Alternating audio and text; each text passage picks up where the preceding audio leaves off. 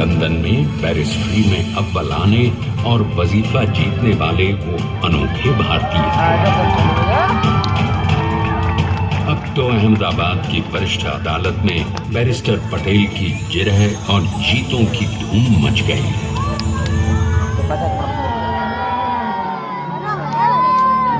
तभी एक युग पुरुष ने वल्लभ भाई के जीवन की धारा ही बदल दी। दक्षिण अफ्रीका में सत्याग्रह के अहिंसक अस्त्र से गोरे शासकों को सबक सिखाकर भारत वापस आए बैरिस्टर मोहनदास करमचंद गांधी से मिलकर वल्लभ भाई ने अपने कुछ वर्षों से सीखे विदेशी व्यवहार और संस्कार हमेशा के लिए त्याग दिए और अब वो अपने खेड़ा के किसानों को हक दिलाने के लिए बापू के साथ आंदोलन में कूद पड़े। अब उनके पैरों में जूते नहीं, गांवों की धूल थी। हृदय में भारत भूमि की शस्य श्यामला धरती, मन में थे गांधी और मस्तिष्क में एक नए स्वतंत्र भारत का सपना।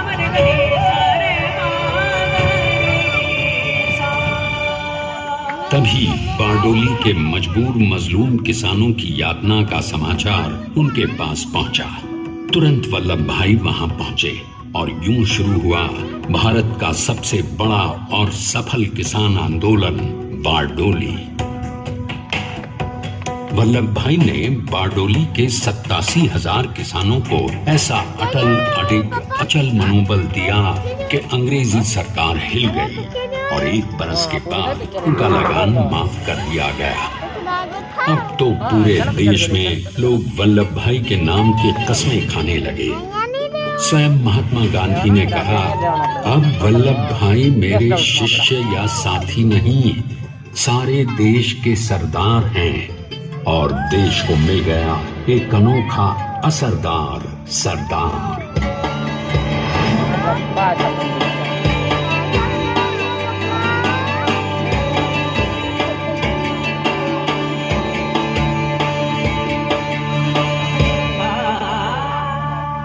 सरदार पटेल के नाम और देशभक्ति से अंग्रेज डर कर कांपने लगे। 1930 के नमक सत्याग्रह और दांडी कूच में वो बापू से भी पहले गिरफ्तार किए गए। तो सन 1932 में फिर उन्हें बापू के साथ ही जेल में 2 सालों के लिए डाल दिया गया। मगर आजादी के दीवानों को, स्वतंत्रता के परवानों को कौन गिरफ्तार कर पाया? जेल से छूटते ही सरदार को कांग्रेस के नए राष्ट्राध्यक्ष पद पर चुना गया और उनकी सरपरस्ती में राष्ट्रवादी भारतीयों ने तमाम ब्रिटिश सूबों में जीत हासिल कर वहां अपनी स्थानिक सरकारें बनाई। किंतु सरदार का सपना केवल सरकार बनाना नहीं था, उनका स्वप्न तो था एक ऐसे नए भारत का जहां हर रंग, हर रूप, हर जात, मजहब, तबके का हिंदुस्तानी एक साथ मिलकर एक ऐसा नया भारत बना सके जहां पूर्ण स्वराज के साथ सारे समाज को गरीबी, अशिक्षा, छुआछूत से भी आजादी मिल जाए। इसकी पहली रणनीति थी भारत को अंग्रेजों की गुलामी से आजादी, ताकि भारत के लोगों की अपनी सरकार सबके साथ और सबके विकास के लिए काम कर सके। बापू की अगुवाई में अब देश ने अंग्रेजों को अंतिम चेतावनी दे दी, करेंगे या मरेंगे, क्विट इंडिया, अंग्रेजों भारत छोड़ो।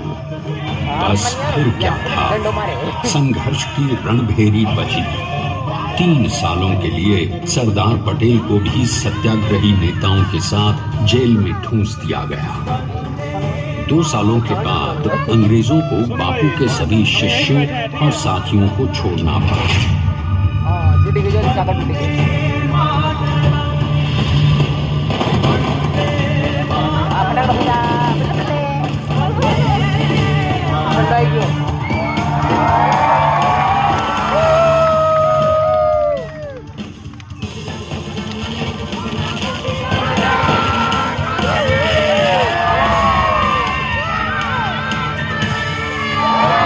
स्वतंत्रता के स्वप्न स्वप्न के सच होने के साथ अब सरदार पर कई एक नई जिम्मेदारियां थीं। आने वाली आजादी की तैयारी और एक नए भारत के लिए नए लोकतांत्रिक संविधान की संरचना। जैसा उनके साथी ने खुद कहा था, सरदार ने ही छेनी हथौड़ी लेकर एक नए भारत को उकेरा।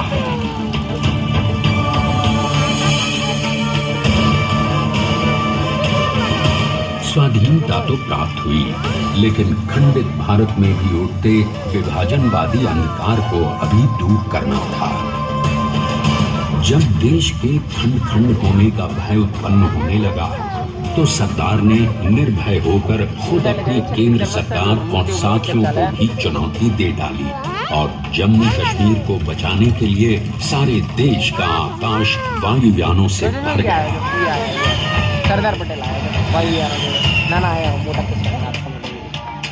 और फिर हैदराबाद और जूनागढ़ के भारत में विलयीकरण को पाकिस्तान से चुनौती मिली।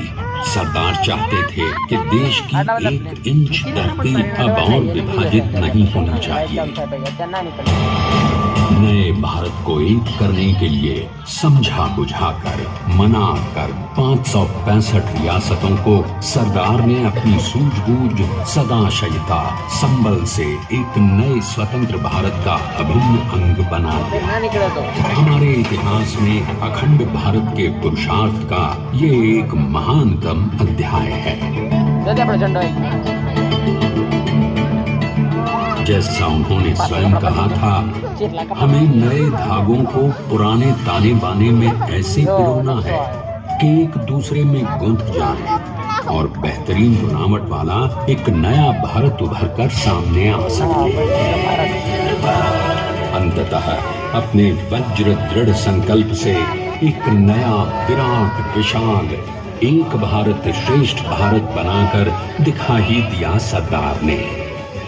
संसार के सबसे बड़े प्रजातंत्र के शिल्पी को प्रणाम करने के लिए देश ने बनाया है ये समर्थ स्मारक। स्वाधीन भारत को समर्थ भारत में बदलने वाले सरदार पटेल को समर्पित प्रेरणा तीर्थ भी है। मोदी के नेतृत्व में बनी विश्व की इस विशालतम प्रतिमा के सामने आकर सारी दुनिया जैसे स्वयं ही नतमस्तक हो जाती है।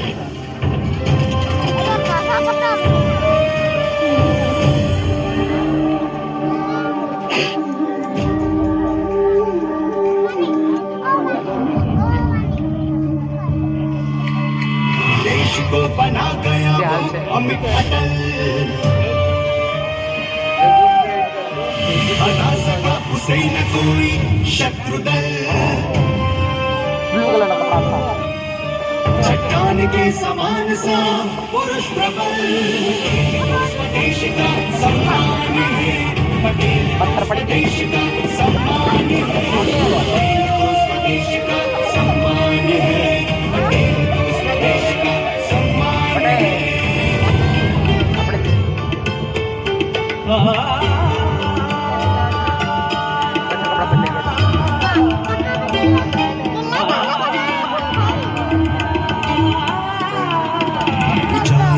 आकाश को छुए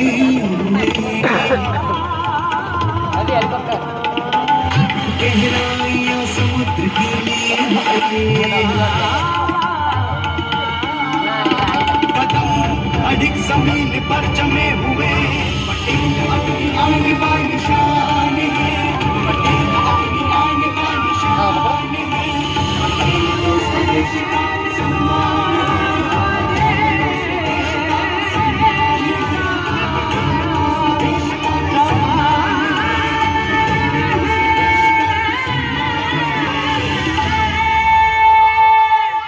आइए अब देखते हैं कि अपने लौह पुरुष को श्रद्धांजलि देती 182 मीटर ऊंची विश्व की सबसे विशालकाय प्रतिमा का निर्माण कैसे हुआ।